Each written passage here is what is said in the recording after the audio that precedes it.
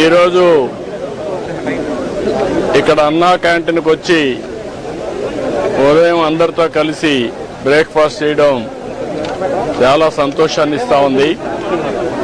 అన్నా క్యాంటీన్ పెట్టిన ముఖ్యమైన ఉద్దేశం ఎవ్వరు కూడా అన్నం లేదని బాధపడే పరిస్థితి లేకుండా ప్రతి ఒక్కరి కడుపు నింపాలి అనే ఉద్దేశంతో అన్నా క్యాంటీన్లు పెట్టాం.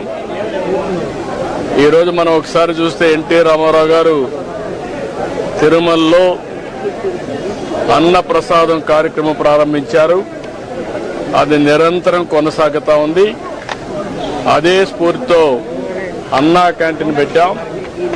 అన్నా క్యాంటీన్ కూడా ఒక పద్ధతి ప్రకారం ఉండాలని ఈరోజు ఇక్కడ అన్నా క్యాంటీన్ మీరు చూశారు.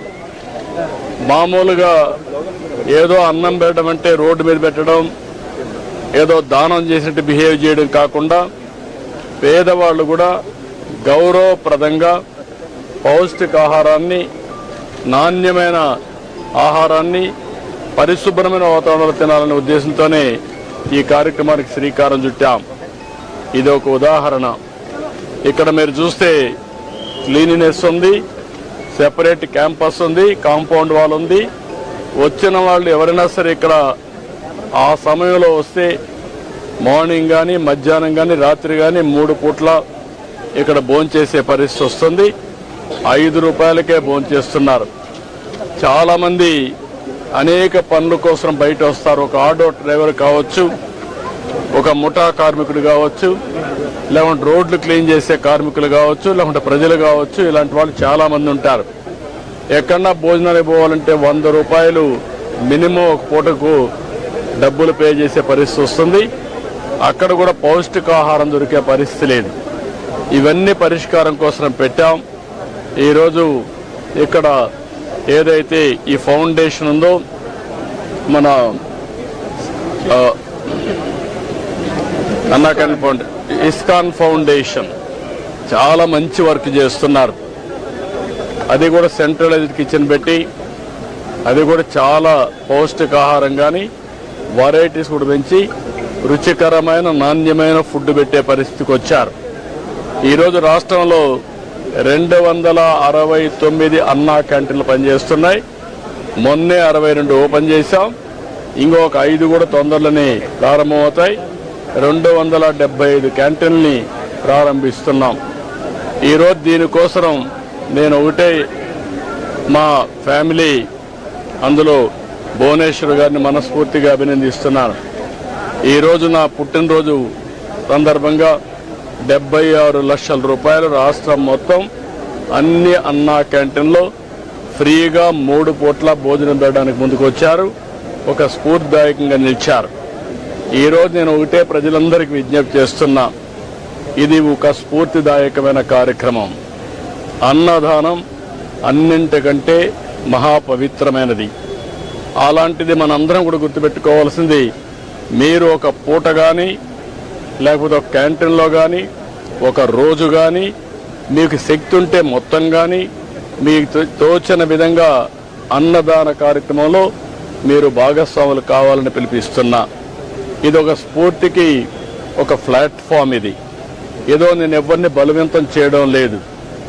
వాళ్ళందరినీ కోరుతున్నాను, మనందరం కలిసి ఒక స్ఫూర్తి ప్రదాతలుగా తయారు కావాలి. ఈ రాష్ట్రంలో ఏ వ్యక్తి ఆకలితో బాధపడుతున్నాడు అనే పరిస్థితి రాకూడదు. ఆంధ్రప్రదేశ్ అన్నపూర్ణ, ఒకప్పుడు దేశానికే అన్నం పెట్టిన రాష్ట్రం. ఈరోజు మన రాష్ట్రంలో ఏ ఒక్క వ్యక్తి ఆకలితో బాధపడకుండా కడుపు నిండా తిండి పెట్టే పరిస్థితి మనం తీసుకురావాల్సిన అవసరం ఉంది. ప్రభుత్వం పెట్టలేక కాదు, ప్రభుత్వం పెట్టగలుగుతాం. దానికంటే ముఖ్యంగా ఒక స్ఫూర్తికి ఇది ఒక ప్లాట్ఫామ్గా తీసుకుని మీరందరూ భాగస్వాములు కావాల్సిన అవసరం ఉంది. ఇది ప్రజా ఉద్యమంగా ముందుకు పోవాలి. నేను అందుకే P4 తీసుకొచ్చాను. P4 కూడా ప్రభుత్వం, ప్రైవేట్, పబ్లిక్ భాగస్వామ్యం. అందులో అన్నా క్యాంటీన్ కూడా ఒకటి. ఇది ఒకటే కాదు, డబ్బులుండే ప్రతి ఒక్కరు కూడా టాప్ 10%, బాటమ్ 20%ని అన్ని విధాలా ఆదుకోవాలి. అందుకే పేరు కూడా MBK అని పెట్టాను. మార్గదర్శి బంగారు కుటుంబం 10-20 10-20 పైనుండే 20 మంది 10 మంది కింద నుండే 20 మందిని అనునిత్యం ఆదుకునే కార్యక్రమం చేయాలి. అది కూడా ఒక పూట ఏదో ఇచ్చేయడం కాదు. ఒక పూట కాకుండా వాళ్ళని short term, medium term, long term ఈ 3 దృష్టిలో పెట్టుకొని మనతో సమానంగా వాళ్ళని పైకి తీసుకొచ్చే పరిస్థితి, అన్ని విధాలు ఆదుకుని సమాజంలో ఆర్థిక అసమానతను తగ్గించే దిశగా అందరూ ఆలోచించాల్సిన అవసరం ఉంది. అదే నిజమైన ప్రజాస్వామ్యం, అదే సమాజానికి స్ఫూర్తి. అలాంటి కార్యక్రమంలో భాగంగానే ఈరోజు ఇక్కడికి వచ్చినప్పుడు నాకు చాలా సంతోషం కలిగింది. చాలామందితో ఇంటరాక్ట్ అయ్యాను. వాళ్ళ ఆనందం చూస్తే నాకు చాలా తృప్తినిచ్చింది. ఈ కార్యక్రమానికి సహకరించిన భువనేశ్వర్ గారిని మనస్ఫూర్తిగా అభినందిస్తూ, కుటుంబాన్ని మనస్ఫూర్తిగా అభినందిస్తూ మరొకసారి రాష్ట్రంలో అందరికీ విజ్ఞప్తి చేస్తున్నా, ఆంధ్రప్రదేశ్ అనే మాట అన్నపూర్ణ. ఈ అన్నపూర్ణలో ఎవ్వడు కూడా ఆకలితో బాధపడకూడదు. గడిచిన ప్రభుత్వాన్ని చూశాం, ఇలాంటి బంగారు లాంటి క్యాంటీన్లు. దీన్ని చూస్తే ఎట్లా మనసు వచ్చిందో నాకైతే తెలియదు. పేదవాడికి తిండి పెడితే సహించలేక ఆ క్యాంటీన్లు క్లోజ్ చేసే పరిస్థితికి వచ్చారు. మామూలుగా ఎవరైనా భోజనం పెడతామంటే వాళ్ళ మీద తప్పుడు కేసులు పెట్టి వాళ్ళు అరెస్ట్ చేసే పరిస్థితికి వచ్చారు.